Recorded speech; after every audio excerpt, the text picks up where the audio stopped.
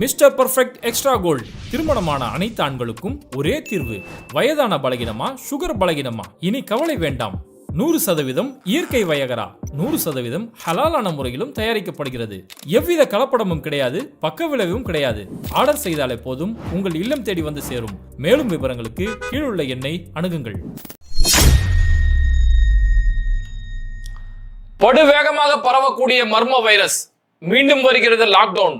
கொரோனாவை விட கொடூரமான நோய் சைனாவை தாண்டி தமிழ்நாடு வரை வந்து விட்டது அப்படின்னு இன்னைக்கு இருக்கக்கூடிய ஒவ்வொரு மீடியாக்கள் போடக்கூடிய நியூஸ், அவங்க அதுக்கு வைக்கக்கூடிய தலைப்பை பார்த்தோன்னே இன்னைக்கு மக்கள் எப்படி ஆயிட்டாங்கன்னா, இந்த நோயை விட மீடியாக்கள் கத்துக்கு தான் பயப்படுறாங்க. ஏயா கத்துற? நாயை விட நீ கத்துற என்ன கோர்த்து விட்டு போயிட போறீங்க.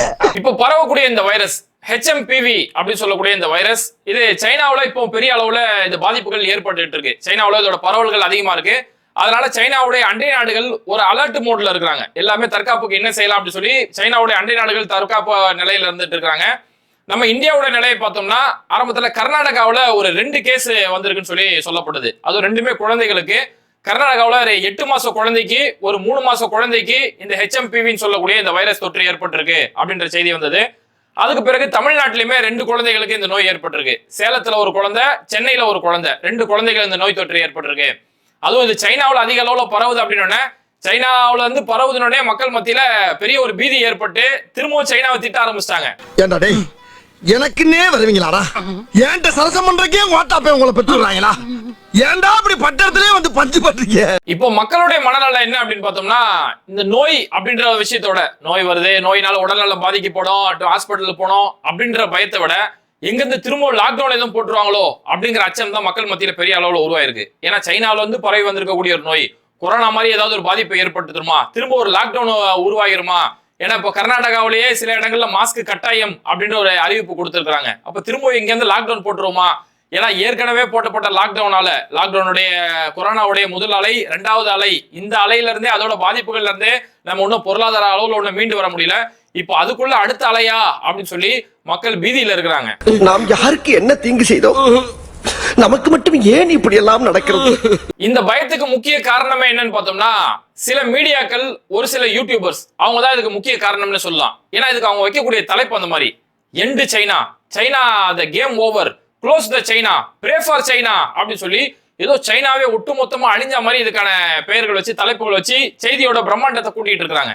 அப்போ சைனாவில் பரவக்கூடிய ஒரு நோய் அது தமிழ்நாடு வரைக்கும் இங்க வந்துருச்சு அப்படிங்கும் போது மக்கள் மத்தியில ஒரு பெரிய, ஏன்னா ஏற்கனவே கொரோனா இதே மாதிரி தான் சைனாவில இருந்து பரவுச்சு, அதனால திரும்ப ஒரு கொரோனா மாதிரியோ ஒரு லாக்டவுனை சந்திச்சிருவோமோ அப்படின்னு சொல்லி மக்கள் மத்தியில ஒரு பெரிய ஒரு அச்சம் ஏற்பட்டிருக்குது.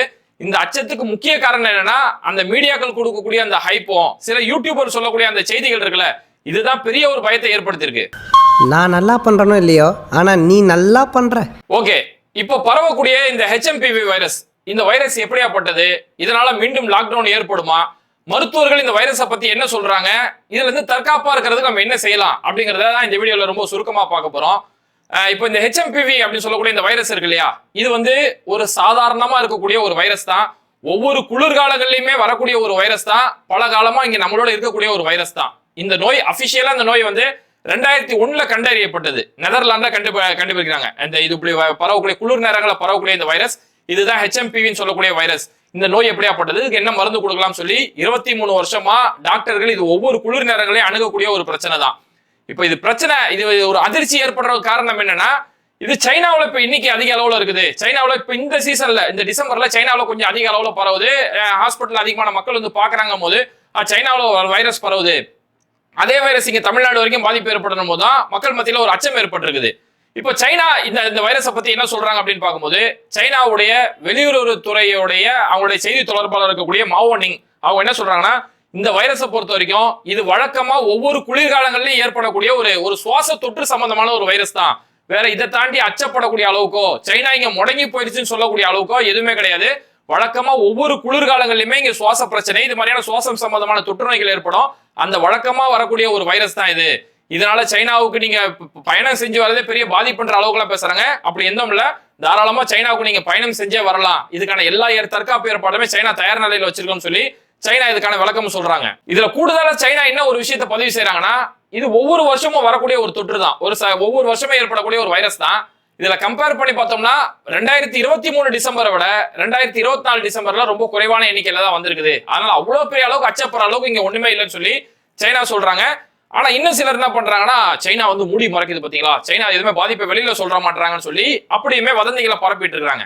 அப்ப சைனா உண்மையில அதை மூடி மறைக்கிறாங்களா அப்படின்னு பார்த்தோம்னா, சைனாவில் இருக்கக்கூடிய ஒரு தமிழர் இப்போ ஒரு வீடியோ போட்டிருக்காங்க. அங்க சைனாவில் மருத்துவத்துறையில 2013 இருந்தே வேலை செய்யக்கூடிய ஒருத்தவங்க, கிட்டத்தட்ட 11 வருஷம் சைனாவில் மருத்துவத்துறையில வேலை செய்யக்கூடியவங்க.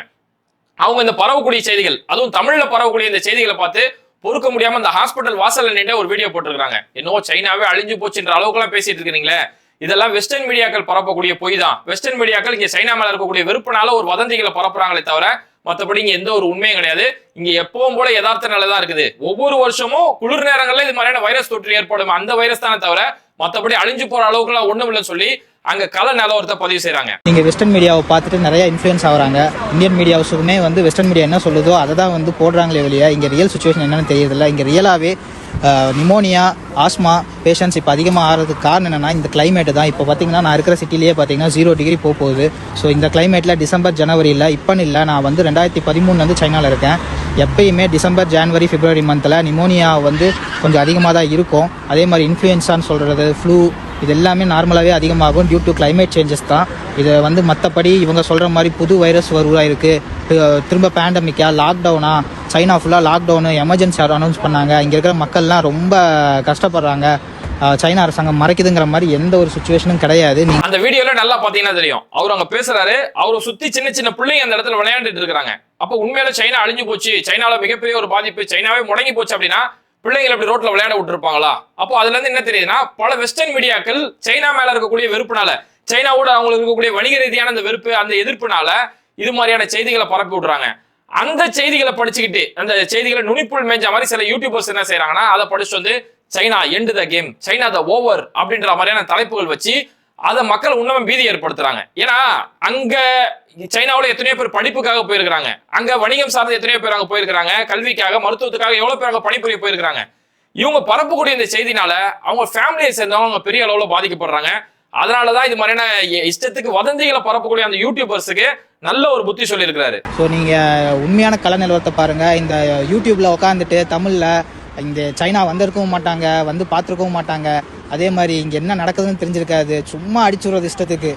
ஏன் இப்படி பண்ணுறீங்கன்னு தெரியல. ஏன்னா நீங்கள் சொல்கிறத தான் அங்கே இருக்கிற மக்கள் நம்புகிறாங்க. அங்கே இருக்கிற எங்களோட குடும்பங்கள் ஆகட்டும், இங்கே தமிழ் மாணவர்கள், இந்திய மாணவர்கள் படிக்க வந்தவங்களாகட்டும், எல்லாருமே வந்து அவங்க ஃபேமிலியில் பயப்படுறாங்க.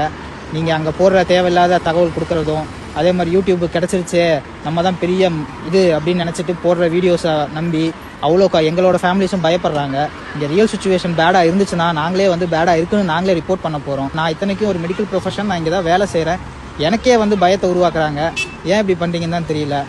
சரி, இந்த பரவக்கூடிய இந்த வைரஸை பற்றி இந்தியாவுடைய சார்பில் இருந்து என்ன சொல்றாங்கன்னு பார்த்தோம்னா, இந்தியா ஹெல்த் சர்வீஸ் உடைய டைரக்டராக இருக்கக்கூடிய டாக்டர் அதுல் கோயல் அவங்க இதை பற்றி விளக்கம் சொல்றாங்க. இந்த HMPV அப்படின்னு சொல்லக்கூடிய இந்த வைரஸ் இது வழக்கமா இங்க இருக்கக்கூடியதுதான். ஒவ்வொரு குளிர்காலங்கள்லயுமே இங்க பரவக்கூடியதுதான். யதார்த்தமா எல்லா மருத்துவர்களுமே கடந்த சில வருஷங்களா 23 வருஷங்களாக சந்திக்கக்கூடிய ஒரு பிரச்சனை தானே தவிர இது ஒன்றும் புதுசா ஒண்ணு முளைச்சிட்டு வரல. இது ஒரு மர்மமான காய்ச்சலோ மர்மமான வைரஸோ எதுவும் கிடையாது. இது வழக்கமா வரக்கூடிய ஒண்ணுதான். சைனாவில இருந்து வந்துருச்சு, அதனால இங்க பாதிப்பை ஏற்படுத்திடுமா அப்படின்னு சொல்லி அந்த அளவுக்கு பயப்படக்கூடிய அளவுக்கு இதுல பெரிய முகாந்திரம்னா ஒண்ணும் இல்ல. டாக்டர்ஸ் இதை வளமையா ஃபேஸ் பண்ணக்கூடிய ஒரு விஷயம் தான். இதோட அறிகுறி எப்படி இருக்கும் அப்படின்னு பார்த்தபோது, குழந்தைகளுக்கு இது பெரிய அளவுல பாதிப்பு ஏற்படுத்தும், குழந்தைகளை தொற்று ஏற்படுத்தும். 1 வயசுக்கு கீழே இருக்க குழந்தைகள், பெரிய அளவுல முதியோர்களா இருக்கக்கூடிய முதியோர்கள், இவங்களுக்கு இவங்களுக்கான அறிகுறிகள், இவங்களுக்கு காய்ச்சல் ஏற்படும். மற்றபடி சாதாரண சளி, சாதாரண காய்ச்சல், அதுதான் இந்த வைரஸோடைய தன்மை. இது வழக்கமா இங்க இருக்கதான், புதுசா ஒண்ணும் வரல. அதையும் மீறி இதுல பெரிய அளவுல ஒரு பாதிப்பு ஏற்படும். ஒருத்தருக்கு இந்த நோய் முத்தி போச்சு அப்படின்னு சொல்லி பெரிய அளவுல ஒருத்தருக்கு பாதிப்பு ஏற்பட்டாலே நிமோனியா காய்ச்சல் ஏற்படும், அவங்களுக்கு சுவாச பிரச்சனை, மூச்சு விடுறதுக்கே பிரச்சனை ஏற்படும். இதுதான் இதுல எக்ஸ்ட்ரீம் லெவலே தவிர மற்றபடி சாதாரணமா இது ஒவ்வொரு குளிர்காலங்களையும் வரக்கூடிய ஒரு காய்ச்சல் சளி தானே தவிர இது ஒன்றும் பெரிய பயப்படக்கூடிய அளவுக்கு இல்ல. அப்படியே பெரிய அளவுல ஒரு பாதிப்பு ஏற்பட்டாலும் இந்தியா அதை சமாளிக்கிறதுக்கான எல்லா மருத்துவ ஏற்பாடும் நம்ம கையில எல்லாமே தயாரிப்போட தான் வச்சிருக்கிறோம் அப்படின்னு சொல்லி மருத்துவத்துறை சார்பில் இதுக்கான விளக்கங்களை சொல்றாங்க. கூடவே இந்தியா ஹெல்த் சர்வீஸ் இன்னொரு விஷயத்தையுமே பதிவு செய்யறாங்க. கடந்த வருஷ டிசம்பரை விட இந்த வருஷம் டிசம்பர்ல இந்தியாவில் எந்த ஒரு பெரிய பாதிப்பும் இந்த வைரஸ்னால எந்த ஒரு பாதிப்புமே ஏற்படல அப்படின்றாங்க. அதே மாதிரி கர்நாடகாவில் 2 கேஸ் பதிவாச்சுல, மீடியாக்கள் இந்த செய்தி பதவும் போது HMPV வைரஸ் முதலில் கர்நாடகாவில் கால் பதித்தது அப்படின்னு செய்தி வெளியிடும் போது கர்நாடகாவோட சுகாதாரத்துறை அமைச்சரா இருக்கக்கூடிய தினேஷ் குண்டுராவ் அவங்க இதை பத்தி சொல்லும் போது இந்த வார்த்தையை தவறு. கர்நாடகாவில் முதல்ல இந்த வைரஸ் கால் பதிச்சிருச்சு. இந்த நோய் காலகாலமா இங்க இருக்கதானப்பா செய்யுது. ஒவ்வொரு வருஷம் மருத்துவர்கள் இதை சந்திக்கிறாங்க, அதுக்கான மருந்து கொடுத்துட்டு தான் இருக்காங்க. அது என்ன புதுசா கர்நாடகாவில் கால் முளைச்சிருச்சு அப்படின்னு சொல்லி இது மாதிரியான செய்திகளை பரப்பாதீங்க, அந்த வார்த்தையை தவறுன்னு சொல்லி கர்நாடக சுகாதாரத்துறை சார்பில் சொல்றாங்க. அதே மாதிரி டெல்லியில சர் கங்கா ராம் அப்படின்னு சொல்லக்கூடிய ஒரு சைல்டு ஹாஸ்பிட்டல், அந்த ஹாஸ்பிட்டலோட டாக்டரா இருக்கக்கூடிய சுரேஷ் குப்தா அவங்க இந்த நோயை பத்தி குறிப்பிடும் போது இது ஒவ்வொரு குளிர்காலங்களிலுமே வளமையா பரவக்கூடிய ஒரு வைரஸ் தான், ஒரு சாதாரண ஒரு ஃப்ளூ தான், எல்லாருக்குமே யதார்த்தமா வரக்கூடிய ஒரு விஷயம் தான். இது பெரியவர்கள் குழந்தைகள் சொல்லி எல்லாருக்குமே வரலாம். இந்த நோய்க்குன்னு சொல்லி எந்த ஸ்பெசிஃபிக்கா எந்த ஒரு மருந்தும் கிடையாது. வழக்கமா சளிக்கு என்ன மருந்து கொடுப்போமோ, காய்ச்சலுக்கு என்ன மருந்து கொடுப்போமோ அதுதான் இதுக்கான மருந்துமே தவிர, இதுக்கு இந்த மாதிரி ஏதாவது உங்களுக்கு தொற்று ஏற்பட்டுச்சு அப்படின்னா மருத்துவரை உடனே அணுகுங்க. ஆஸ்துமா மாதிரியான பிரச்சனைகள், மூச்சு பிரச்சனை இருக்கிறவங்களுக்கு இதோட பாதிப்பு கொஞ்சம் அதிகமா இருக்கலாம். மூச்சு விடுறதுக்கு சுவாச பிரச்சனை, இந்த மாதிரி இது மாதிரியான பிரச்சனை ஏற்படலாம். இந்த நோயோட எக்ஸ்ட்ரீம் லெவல் நிமோனியா வரைக்கும் போகலாம். அவ்வளவுதானே தவிர இது அவ்வளவு அச்சப்படக்கூடிய அளவுக்கு ஒண்ணும் இல்ல. மருத்துவர்கள் 20 வருஷமா இதை சந்திக்கக்கூடிய ஒரு வைரஸ் தான் அப்படின்னு சொல்லி அந்த டாக்டருமே இதை பதிவு செய்யறாங்க. சரி, இறுதியா மருத்துவர்கள் இந்த விஷயத்துல இது தற்காப்பா இருக்கிறதுக்கு என்ன செய்யலாம் அப்படின்னு சொல்லும் போது, இந்த மாதிரி நேரங்கள்ல குளிர்காலங்கள்ல இந்த வைரஸ் பரவுவது யதார்த்தம் தான். இந்த மாதிரியான நேரங்கள்ல உங்களுக்கு தும்மலோ இருமலோ ஏற்பட்டா ஒரு கைக்குட்டை, ஒரு கர்ச்சீஃப்ல நீங்க சிந்திக்கோங்க. கைக்குட்டை மூலமா நீங்க தும்பிக்கோங்க. ஒருவேளை உங்களுக்கு அந்த வைரஸ் இருந்தாலும் பிறருக்கு அந்த தொற்று பரவாம இருக்கிறதுக்கு அது காரணமா இருக்கும். அதனால கம்பல்சரி இந்த தும்முறதுக்காகவும் இருமுறதுக்காகவும் நீங்க தனியா ஒரு கர்ச்சீஃப் எப்பவுமே பாக்கெட்ல வச்சுக்கோங்க. உங்களுக்கு தும்மலோ இருமலோ ஏற்பட்டா உடனே அந்த கர்ச்சீஃப் மூலமா நீங்க தும்முங்க. தும்மல் ஏற்பட்ட உடனே போய் உங்க கைகளை போய் சுத்தம் பண்ணிக்கோங்க அப்படின்ற ஒரு அறிவுறுத்தல் சொல்றாங்க. அதே மாதிரி எங்கேயாவது நம்ம வெளியில போயிட்டு வந்தோம் அப்படிங்கும் போதும் உடனே நம்ம கைகளை நல்லா சுத்தமா கழுவ வேண்டியது, சோப் போட்டு கையை கழுவ வேண்டியது ரொம்ப முக்கியம். குறிப்பா குழந்தைகளை இது அடிக்கடி கை கழுவ வைக்க வேண்டியது ரொம்ப முக்கியம் சொல்லி பதிவு செய்யறாங்க. ஏன்னா குழந்தைகளுக்கு தான் இந்த தொற்று சீக்கிரமா போய் ஒரு எஃபெக்டை ஏற்படுத்தும். குழந்தைகளை தான் தொற்று போய் அட்டாக் பண்ணும். அதனால குழந்தைகளை எப்பவுமே கை கால்களை சுத்தமா வைக்கிறதுக்கான ஏற்பாடு செய்யுங்க. பொது இடங்கள்ல எங்கேயாவது போகணும் அப்படின்றதால, ஒருத்தருக்கு உண்மையில காய்ச்சல் ஏற்பட்டிருக்கு, சளி ஏற்பட்டிருக்கு, அந்த மாதிரி நபர்கள் நீங்க எங்கேயாவது பொது வெளிக்கு போறா இருந்தாலும் நீங்க காய்ச்சல் ஏற்பட்டிருக்கவங்க மாஸ்க் போட்டு வெளியில போங்க அப்படின்றத சொல்றாங்க. ஒருவேளை இது மாதிரியான காய்ச்சலோ இது மாதிரியான சளிகள் இந்த ஒரு HMPVயே ஒருத்தருக்கு ஏற்பட்டுருச்சு அப்படின்னா அவங்களுக்கு மருத்துவர் சொல்ற அறிகுறி என்னன்னா அதுக்கான மருந்து கொடுத்துருவாங்க. இதுக்கு அட்மிட் பண்ண கூட தேவையில்லை அப்படிங்கிறாங்க. நாங்க அட்மிட் பண்றது கூட பரிந்துரைக்கிறது இல்லை. அவங்களுக்கு இதுக்கான மருந்தை கொடுத்துருவோம். அவங்க வீட்டுல நல்லா ரெஸ்ட் எடுக்கணும், நல்ல சத்தான ஆகாரங்கள் சாப்பிட்டு ரெஸ்ட் எடுக்கணும். அதுதான் இதுக்கு இருக்கக்கூடிய முக்கியமான மருந்து. அதனால சுத்தமா இருங்க. தும்மல் இருமல் வரும்போது உங்களுடைய கைக்குட்டை மூலமா தும்பிக்கோங்க. கை கால்களை எப்பவுமே சுத்தமா வச்சுக்கோங்க அப்படிங்கிறது தான் மருத்துவர்கள் ஒரு முக்கிய குறிப்பா சொல்றாங்க. அதனால ஒரு சில மீடியாக்கள் பரப்பக்கூடிய அந்த வதந்திகளையோ, சில யூடியூபர்ஸ் இதை பெரிய ஹைப் கொடுத்து அவங்க பரப்பக்கூடிய இந்த மாதிரியான புரளிகளையோ தயவு செஞ்சு நம்பாம மருத்துவர்களுடைய ஆலோசனை என்ன அதை கேட்டு செயல்படுறது ரொம்ப நல்லது. நமக்கு காய்ச்சல் ஏற்பட்டுச்சு, சளி ஏற்பட்டுச்சு, பக்கத்துல மெடிக்கல்ல போய் ஒரு மாத்திரை வாங்கி போட்டேன் அப்படின்னு இல்லாம உடனே மருத்துவர் அன்னைக்கு ஒரு கன்சல்ட் பண்ணிட்டு மருத்துவர்கள் மூலமா அதுக்கான சிகிச்சை ஏற்படுத்திக்கிறது தான் இதுல இருக்கக்கூடிய ஒரே சொல்யூஷன். அதனால தேவையில்லாத வதந்திகளை நம்ப வேணாம். இன்னும் சிலர் என்ன பண்ணுவாங்கன்னா இந்த டைம்ல தான் இஷ்டத்துக்கு வாட்ஸ்அப்ல பல கட்டுக்கதைகள் அடிச்சுடுவாங்க. இந்த மாதிரியான கொரோனா மாதிரியான தொற்று பரவும் போது டேபிள் ஃபேனை போட்டுக்கோங்க, உங்க மூக்கு கிட்ட எடுத்து வச்சுக்கோங்க சொல்லி வீட்டு வைத்தியம் நாட்டு வைத்தியன்ற பேர்ல இஷ்டத்துக்கு பல கதைகள் வாட்ஸ்அப்ல ஆளாளுக்கு மெடிசன் டாக்டர் ஆயிருவாங்க. இந்த மாதிரி டைம்ல தான் பாத்தீங்கன்னா எல்லாருமே வீட்டுக்கு ஒரு டாக்டர் முளைச்சிருவாங்க. ஆளாளுக்கு வாட்ஸ்அப்ல இஷ்டத்துக்கு பரப்பி நீ தமிழனா இருந்தா இதை உடனே 50 பேருக்கு ஷேர் பண்ணு அப்படின்னு வேற செய்திகளை பரப்புவாங்க. அதனால அந்த மாதிரியான எந்த ஒரு மருத்துவர்களுடைய ஆலோசனை இல்லாம எந்த ஒரு மருந்துகளையும் எடுத்துக்காம இந்த நோயை ரொம்ப சாதாரணமாவும் இட போட்டுக்காம அதுக்குன்னு அதீத பயமும் ஏற்படாம மருத்துவர்கள் ஆலோசனை, மருத்துவர் என்ன சொல்லுவோம் வழக்கமா வரக்கூடிய ஒரு வைரஸ் தான் அப்படிங்கிறாங்க இல்லையா. அதனால இந்த பாதிப்பேரை நம்ம நோய்க்கு முன்னாடி தற்காப்பா இருப்போம். அதுல ஒரு வேலை எஃபெக்ட் ஏற்பட்டுச்சு அப்படின்னும் போது மருத்துவர்கள் அணுகி அதுக்கான சிகிச்சை ஏற்படுத்தி தேவையில்லாத மக்கள்கிட்ட தேவையில்லாத எந்த ஒரு பதட்டமும் ஏற்படுத்தாம இந்த வாட்ஸ்அப் வாயன்கள் கொஞ்சம் அமைதியா அந்த அளவே போதும்.